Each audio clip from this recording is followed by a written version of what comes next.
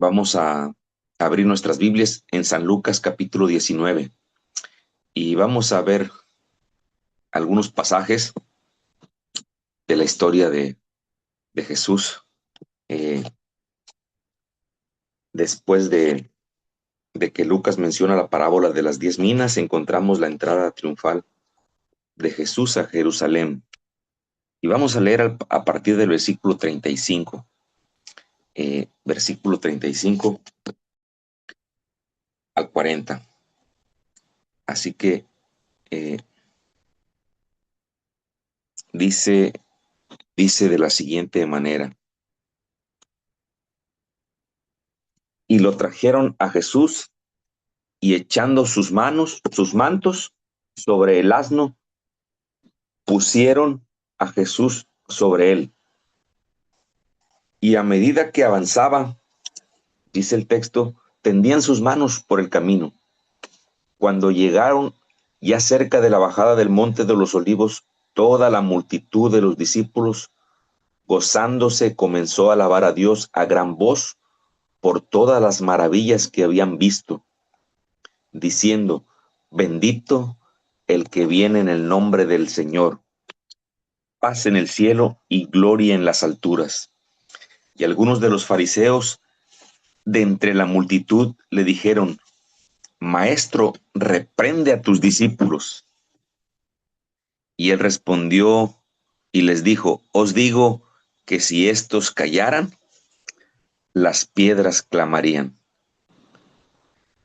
Aquí encontramos en Lucas 19:35 en adelante el momento en que Jesús entra a Jerusalén, montado sobre un asno, cumpliendo la profecía de Zacarías capítulo 9, que hablaba de un rey que vendría humilde, no en un caballo de guerra, sino en un asno como símbolo de paz.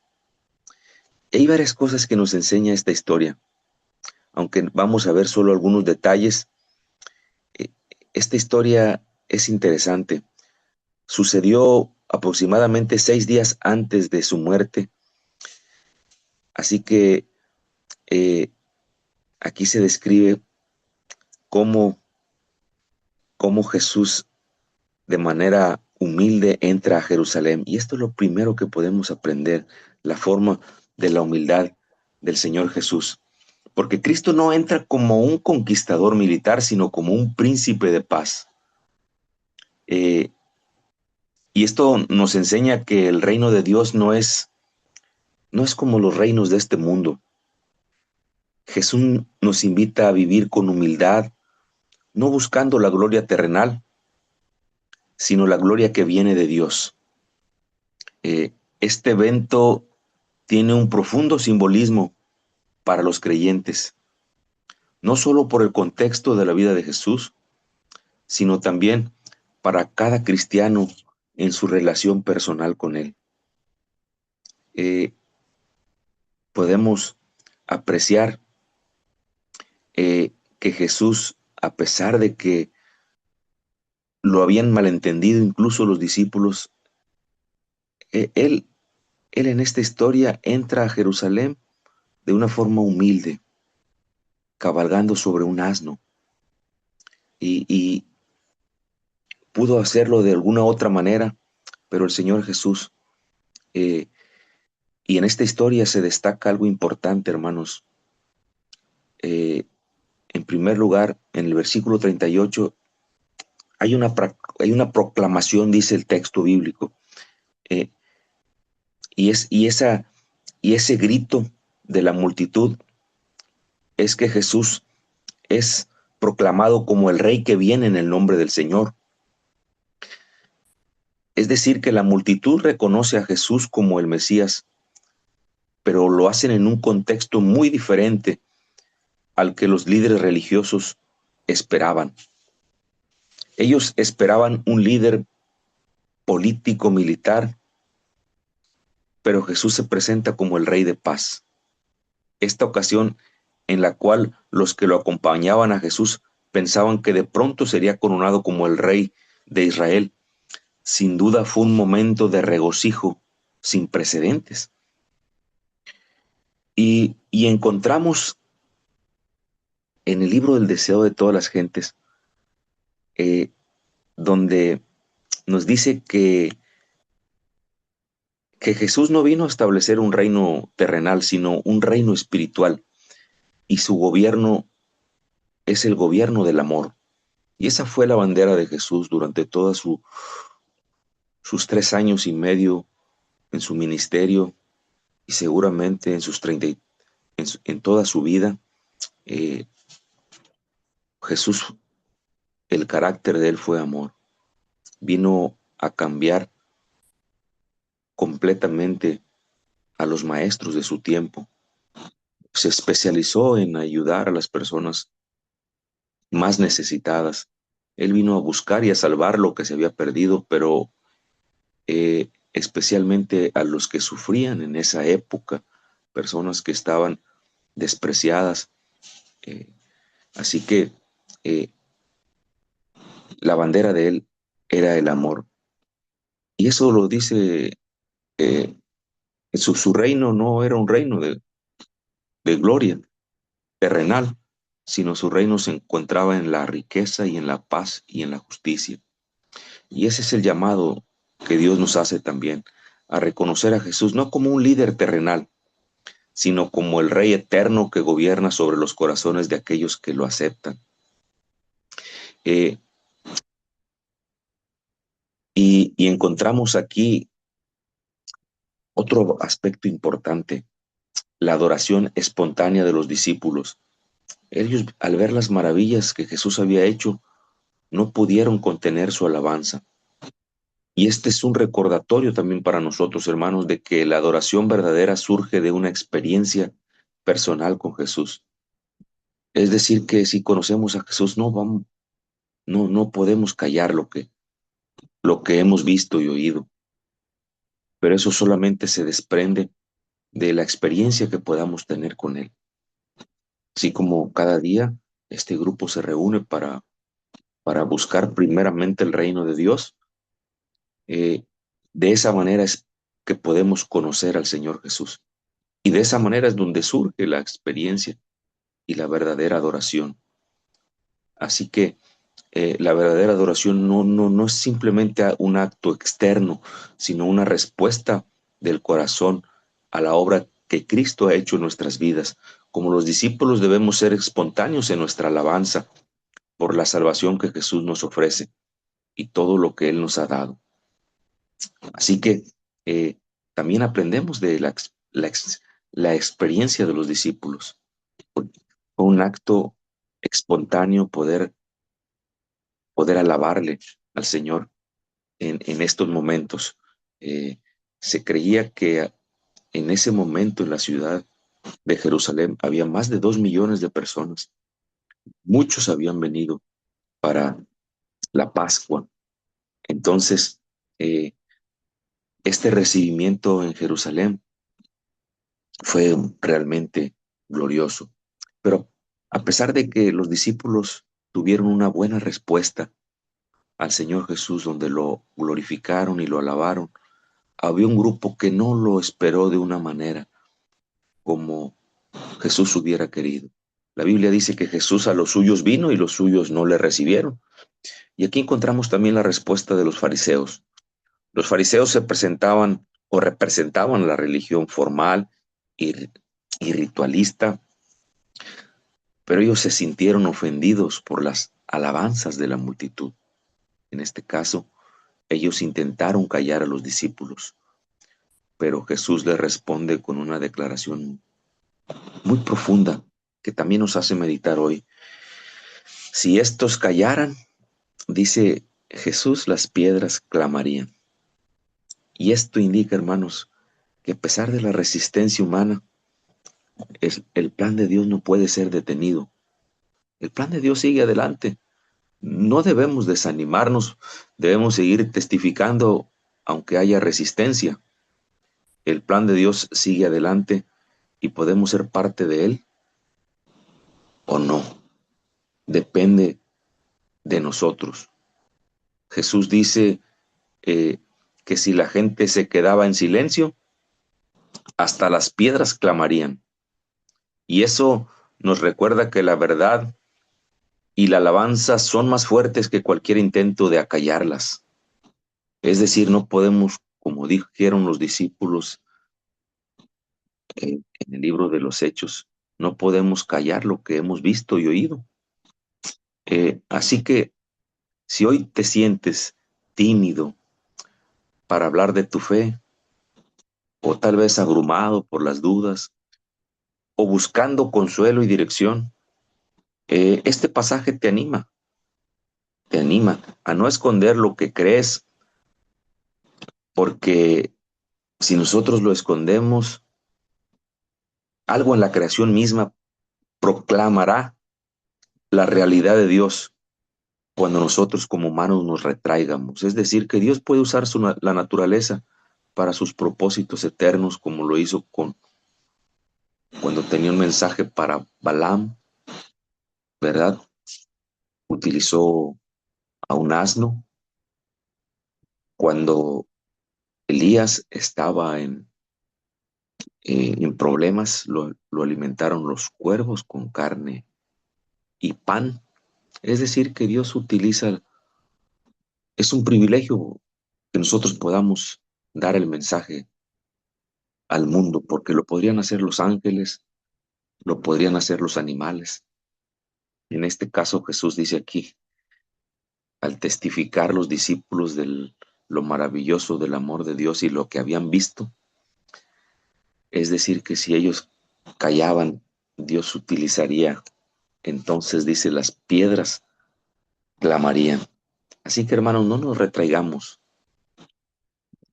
de lo que hemos visto y oído, proclamémoslo al mundo, eh, principalmente con una vida de adoración a nuestro Dios. Y eso nos va a llevar también a dar el mensaje a otros. Eh, el deseado de todas las gentes en la página 392 nos dice que el corazón del hombre puede rechazar la verdad, pero la creación misma testifica de la gloria de Dios. Si los hombres no reconocen a Cristo, la misma naturaleza testificará de su grandeza. Así que hermanos, qué privilegio, ¿verdad? No nos podemos callar. Este es un recordatorio para que no permitamos que las voces externas opaquen nuestra alabanza al Dios.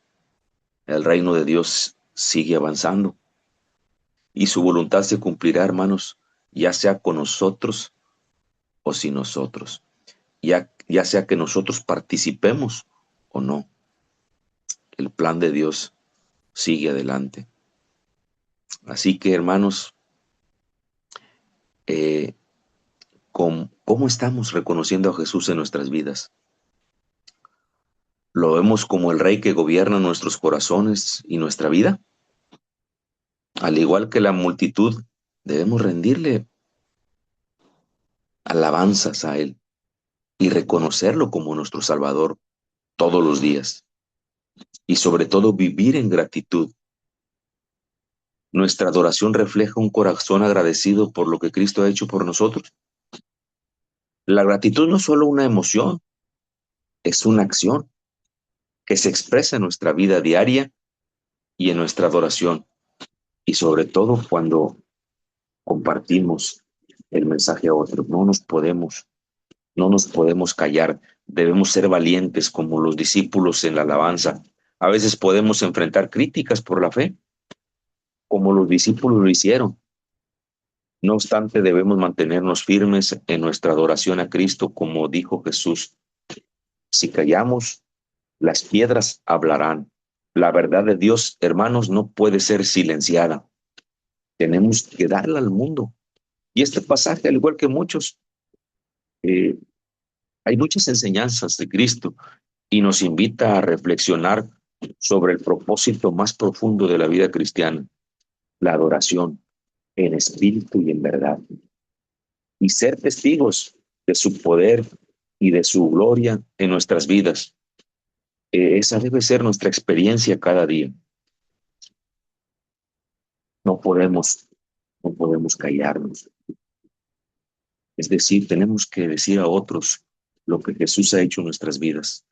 Y hay otro pasaje, hay otro detalle que no menciona Lucas, que se encuentra en Mateo capítulo 21, versículos 10 y 11, que vamos a mencionar para despedir, para terminar esta reflexión. Eh, es importante recordar que los cuatro evangelistas o los cuatro evangelios mencionan la entrada triunfal de Jerusalén. Y esto es muy, muy significativo. Lo cuentan de diferentes maneras y hay detalles en todos. eh, Así que en Mateo encontramos, en Mateo 21, 10 y 11, dice ahí que cuando entró a Jerusalén, toda la ciudad se conmovió, diciendo, ¿quién es este? Y la multitud decía, este es Jesús, el profeta de Nazaret de Galilea. Es decir, que ahí leemos eh, sobre la entrada a triunfal. Y este pasaje, hermanos, nos ofrece algunas, algunos detalles, algunas lecciones claves sobre la entrada triunfal, sobre todo la respuesta de la gente ante la llegada de Jesús. Es decir, dice la historia que la gente se conmovió. Cuando Jesús entró a Jerusalén, toda la gente se conmovió. Y esta reacción muestra que la entrada de Jesús no fue un evento aislado ni insignificante, solamente con los que iban con él. Decíamos que había mucha gente en Jerusalén. Así que la conmoción puede ser interpretada como un momento de tensión también, un momento de asombro, incluso de confusión, porque la gente se preguntaba quién era realmente ese hombre que había despertado tanta atención. Y qué triste que la gente todavía no estaba convencida de que esa persona que estaba ahí, que ese señor que iba sobre el asno, fuera el Mesías. Aunque percibían eh, que todo el poder de Dios lo acompañaba. Y esta es una aplicación también para nosotros.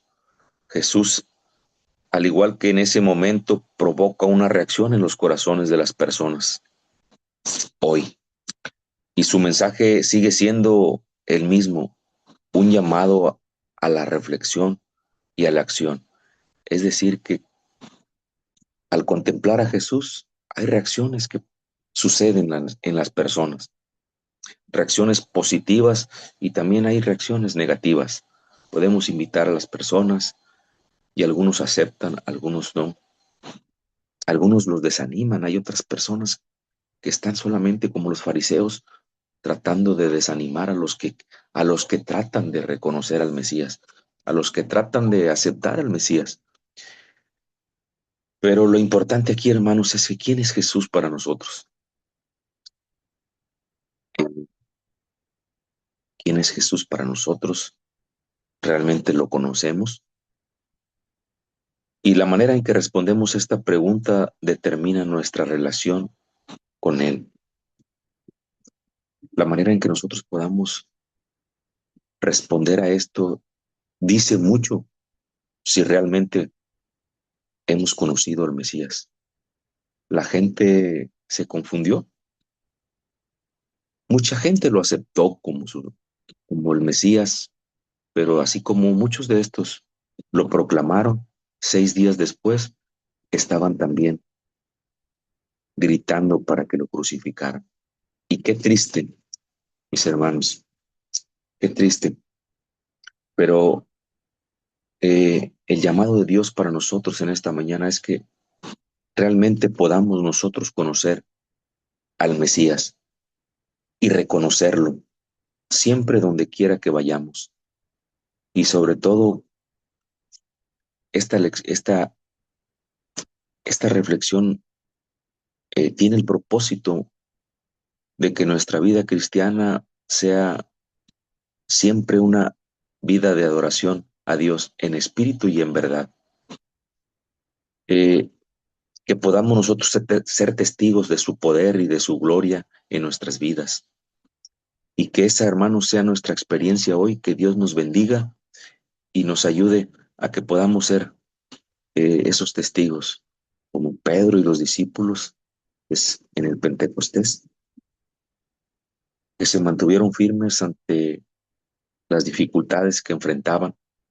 Y hoy nosotros también, aunque los cielos se desplomen, debemos de mantenernos firmes y, y mantener firme nuestra fe en quien hemos creído.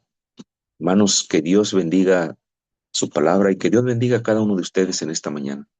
Ese es mi deseo y también es mi oración. Dios les bendiga.